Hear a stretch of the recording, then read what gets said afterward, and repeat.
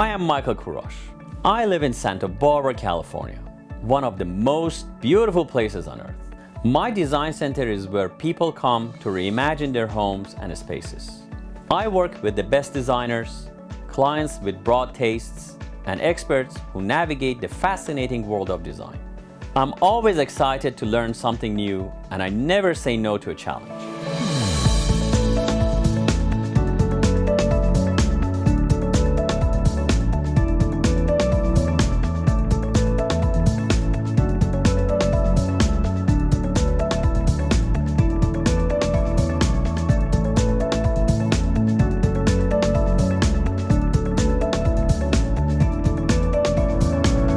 This is Design Santa Barbara.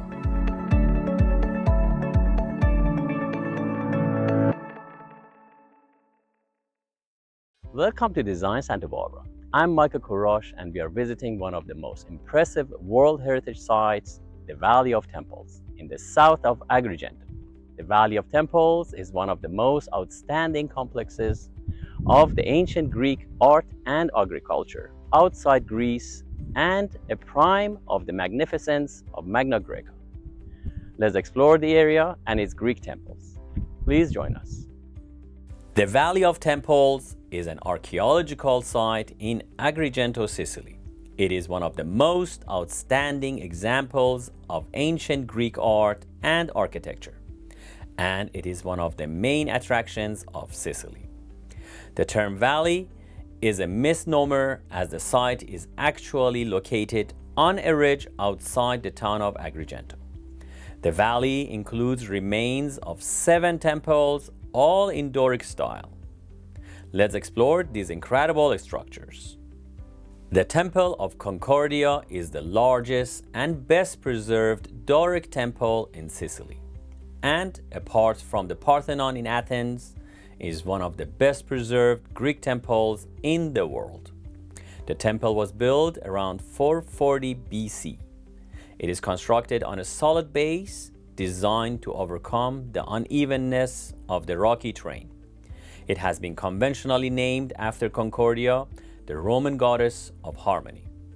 The temple was converted into a Christian basilica in the 6th century and dedicated to Apostle Peter and Paul by San Gregorio del Rape, Bishop of Agrigento.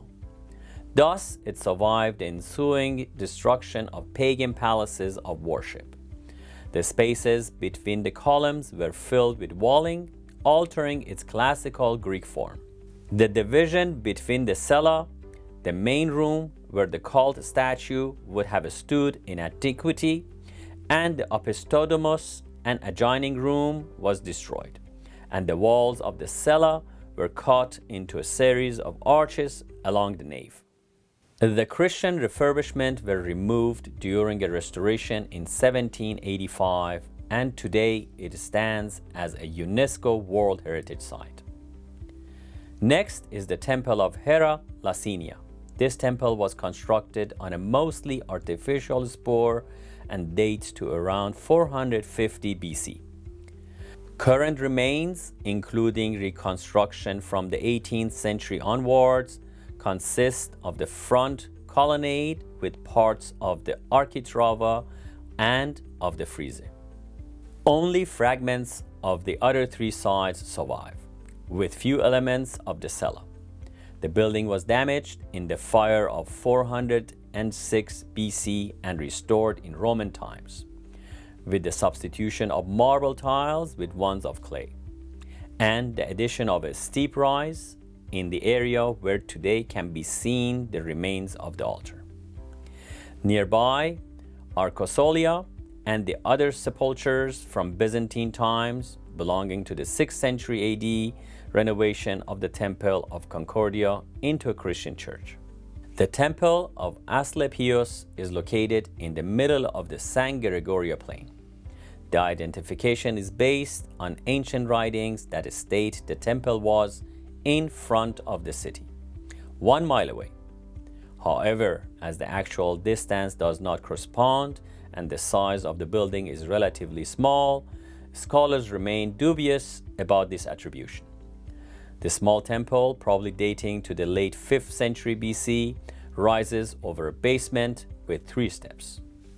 Its peculiarity is the fake apostolemos with 2 semi-columns in the external side of the rear cella. The sanctuary housed a bronze statue of Apollo.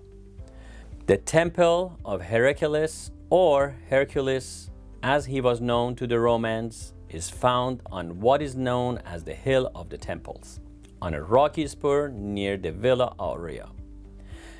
The name Temple of Hercules is an attribution of modern scholarship based on the writings of Cicero. This temple is located approximately 1 kilometer to the west of Temple of Concordia. When we come back, we will explore more of these incredible ancient sites.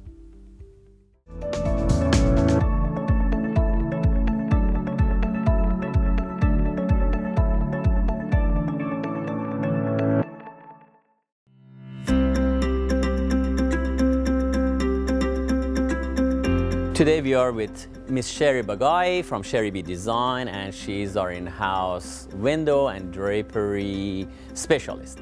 So, Miss Sherry, viewers had a question as why should they actually use window coverings in their home where they can have it free and open and everybody can, God knows, look in and they can look out?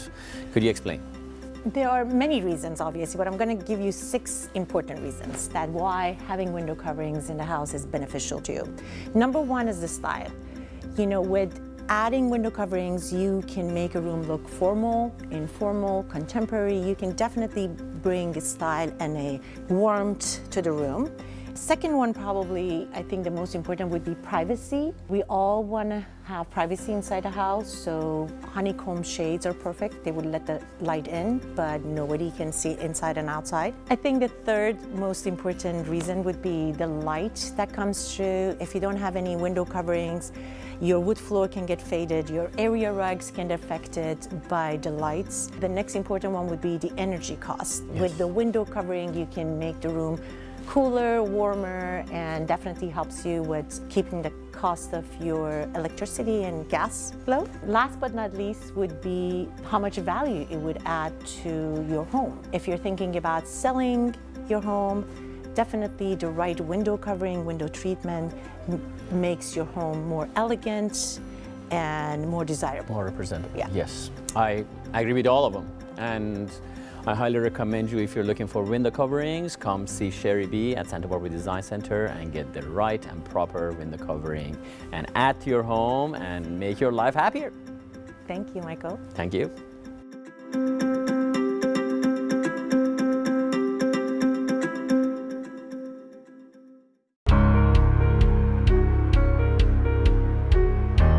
Let's talk about my favorite subject, rugs. Here at Rugs & More inside Santa Barbara Design Center, we pride ourselves in offering the finest selection of rugs.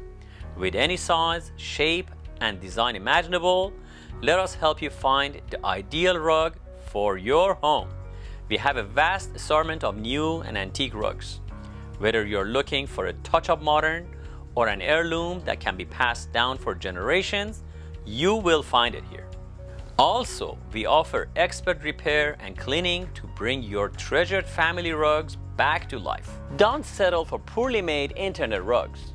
Let's get real. They are made with harmful chemicals and they don't last. Our rugs are the best for less, and we always offer our 110% lowest price guarantee. And to save even more, come in during our rug sale and let our expert staff guide you to the perfect rug. Rugs & More inside Santa Barbara Design Center. 410 Olive Street.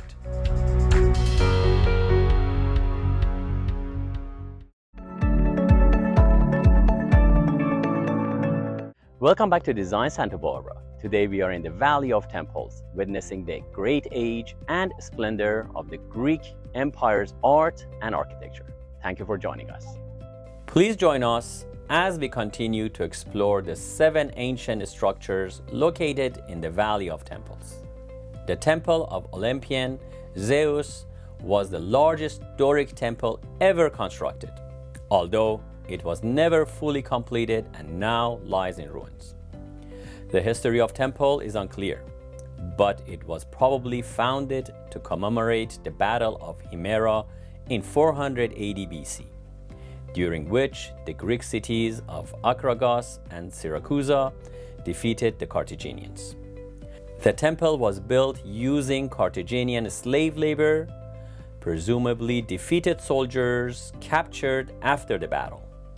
According to contemporaneous writings, it remained unfinished due to Carthaginian conquest of the city in 406 BC with the siege of Akragos. The temple's roof was already missing at this time.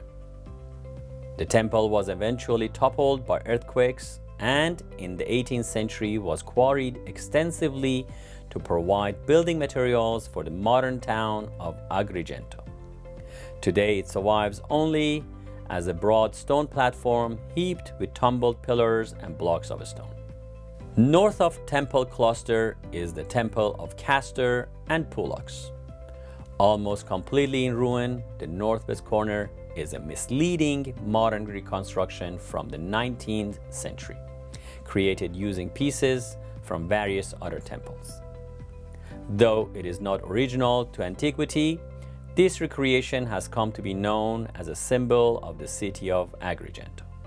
On the other side of the valley is the last spur of the hill, commanded by the remains of the temple of Hephaestus, also called the Temple of Vulcan, although the exact deity to whom it is dedicated is unknown. It is thought to have been one of the most imposing constructions in the valley, but unfortunately it is now one of the most eroded. There are several other sites to note in the Valley of the Temples. On the western side of the city are the remains of two ancient gates, which probably were on the road to Heraclius. The second having two towers and two external bastions. Northwards are the remains of two other gates which are now surrounded by modern buildings. At the western tip of the area in which the temples of Concordia lies are part of an ancient or early medieval necropolis, constructed on existing cisterns. Other tombs and catacombs are visible dating to the 4th century AD. West of Olympion are remains of two residences connected by a square to the ancient gates. It is likely that they were built reusing structures belonging to the sacred area of the Olympian. Nearby is a sanctuary with an L-shaped portico from the early 5th century BC. In the area are also two archaic temples. On the northern side is a large stone square leading to the sanctuary of the Teutonic gods. Much of the excavation and restoration of the temples was due to the efforts of the archaeologist Domenico Antonio Lofaso Pietrasanta, who was the Duke of Serradifalco from 1809 through 1812. During the 20th century, the archaeological excavations was mainly funded by Captain Alexander Hardcastle. He permitted excavations within the archaeological park, including the straightening of the 8 columns on the south side of the Temple of Heraclius. For his contributions to the archaeology, he was made an honorary citizen of the city of Agrigento and was granted in 1928 the rank of Commander of the Order of the Crown of Italy. The Valley of the Temples was named a UNESCO World Heritage Site in 1997 and sees hundreds of thousands of visitors per year. It is truly heartwarming and humbling experience walking among these grand ancient buildings withstanding the test of time. We say arrivederci, antiosas to these Greek temples with a quote from Socrates. One thing I know, that I know nothing. This is the source of my wisdom. Now I would like to share a textile from ancient Greece. So this is a very interesting textile that brings East and West together. So what we got here is Ottoman and Greek heritage and traditions combining. It's very interesting. As we have seen, the Greek and Turks, they fought wars and they badmouth each other. They are very, very, very similar in culture. They are very similar in food, language. They are very much almost identical. I want to say, I don't want to be rude, but yes. So what we got here is a combination. It's actually a prayer rug, and yes, Christians have used prayer rugs, but most predominantly they're the Muslims that they use prayer rugs. This particular one has Turkish tulips, which you can see going up. You have the golden embroidery that you see in Greeks and also Safavid. This is farther east tradition. You got the crosses everywhere. You have these little chickens that you do see in Southwest Persian designs and you see in Turkish village ones. You see the interlocking dragons that goes all the way to Spain and is a old design that you find in tribal carpets. That those are incredibly beautifully drawn dragons. So what was the purpose of it? It's an 18th century piece. So they made it for traveling prayer rug. It's actually a beautiful piece to look at, but the arches are the sign of a prayer rug. It is silk and golden thread on a linen. In this one, the lady went way out of her way to use her mastery, show how good she is in weaving. She has just about every technique that there is in needlework and weaving. First of all, she weaves the linen panel on a loom, which you can see is hand done. She starts weaving in a kilim technique. These are kilims and a tapestry slit technique right there. You have needlework, very simply tiny little stitches. You have chachim work. You have, when you go down there, this is actually like a crochet she makes down there. And again, the kilim here, she wove it. You can see so many different ways she has gone through this. And then she does the golden thread to give it a little bit of a opulence. So whoever had it, when it was new, probably 200-300 years ago, it used to look very shiny. I don't dare to wash it now because it is in that shape, but it hangs. We put it on a backing and is stabilized, but still very fragile. So it's a beautiful piece, and again crosses the Greek and Ottoman traditions combined. It was woven in the Greek islands. They call it Greek island needlework. Supreme handiwork and craftsmanship on this one.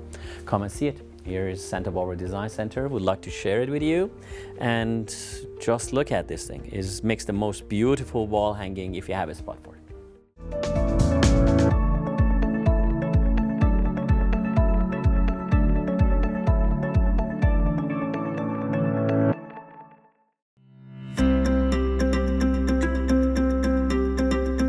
Today we are with Jess, the owner and creative director of Just LED at the Santa Barbara Design Center, and he's a marvel of lighting.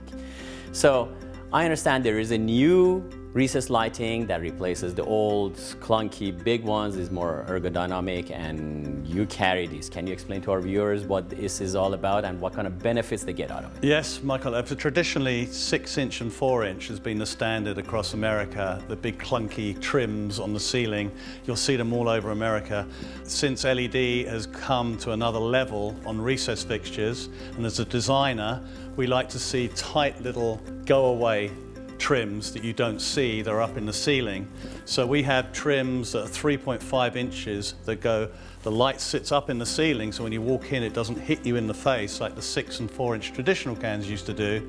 They also dim warm, so it's like the old traditional dimming. Everyone loves LED dimming to the way halogens used to. It's called warm dim, so they dim down nice and warmly. So, and it's all sat above the ceiling and it's all optical, sending shafts of light through the room, creating a great mood in the room.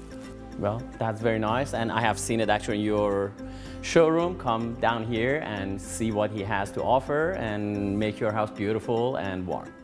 Thank you very much. No problem.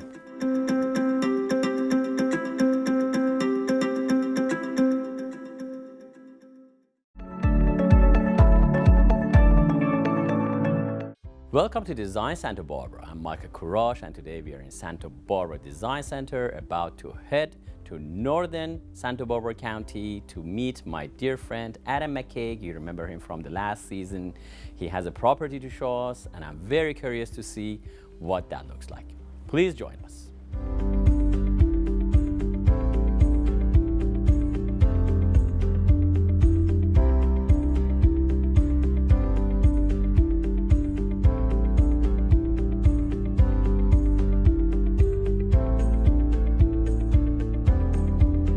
Adam, how are you? Michael, how are you? So good to see Welcome. you. Wonderful. Thank you very much. Good to see you. Appreciate it. All right. Well, come on in. Thank you. Thank you very much. Adam, thank you for inviting us into Orcutt. It's a beautiful little town and surprisingly very Western. It has a story, and I think you can tell our viewers about it a little bit. I'd like to. Thank you, Michael. Yeah, Orcutt was established in the beginning of the 1900s by William Orcutt, who was a geologist for Union Oil. And in 1904, 1904? Yep, there was a well called... 116, 18 years ago. That's it. A well called Old Maud.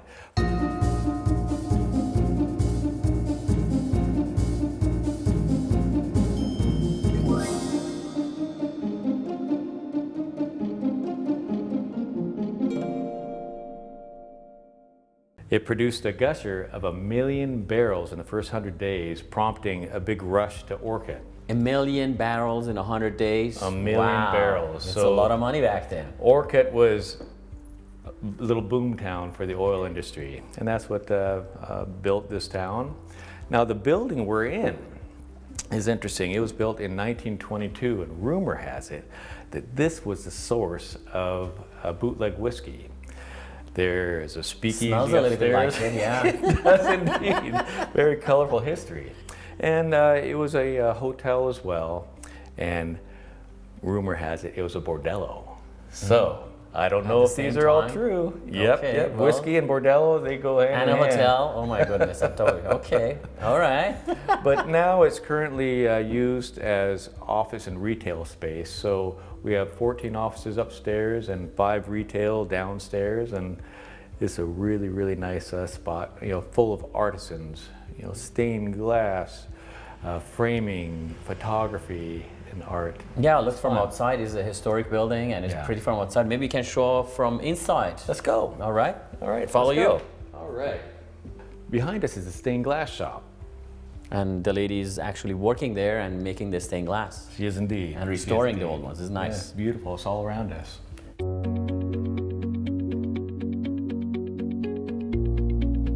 Welcome back to Design Santa Barbara. Today we are in this beautiful town of Orcutt with Adam McKaig, my friend and exceptional real estate agent of Santa Barbara. He has this marvelous old historic building for sale, and he's showing us the building. Yeah, Michael, thank you. We would like to see what is up there. You said a speakeasy Sure. and some other stuff. Let's go, you guys. Let's go check it out.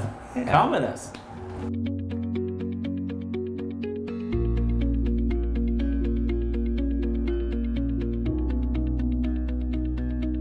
So Adam, we are in this beautiful building. As we talk about a speakeasy, somebody might not know what that is. Yeah, Michael.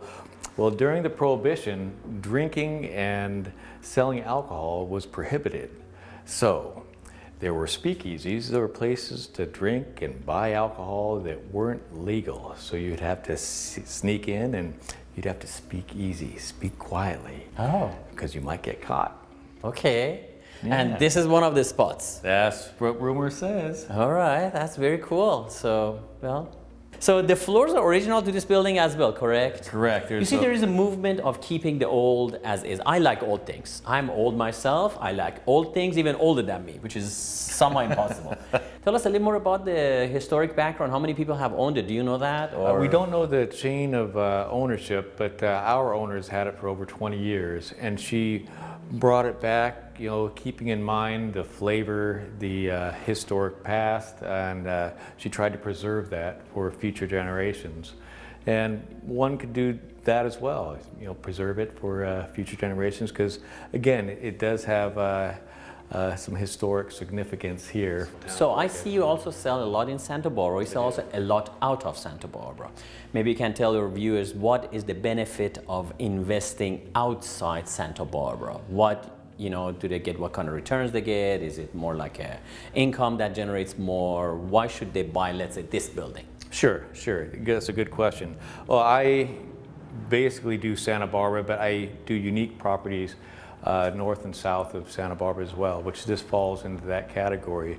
And as you go further north and further south, the return on your investment seems to increase. So if you buy an investment property here, for example, you get a better return for your money.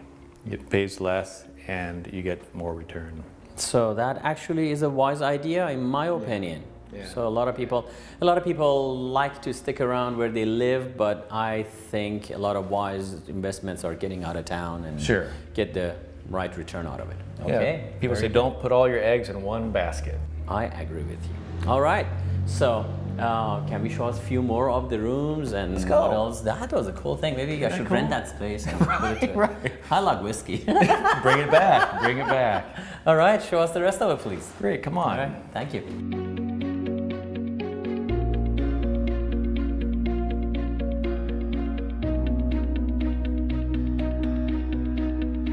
Adam, thank you for showing us this beautiful property in Orcutt. Actually, to be honest with you, it's the first time I'm walking this downtown. It's beautiful. Really is. So lastly, I want to ask you a question. What is the state of real estate in Santa Barbara County nowadays? Yeah, well, thank goodness we're not having that frenzy that we were having, but there's still a lack of inventory and there's still a big demand, especially for commercial. So right now it's a really good time to sell. It's a really good time to buy. Well, so you will be busy. Yes, I hope I you get will. more inventory as you do, I can see. Yes.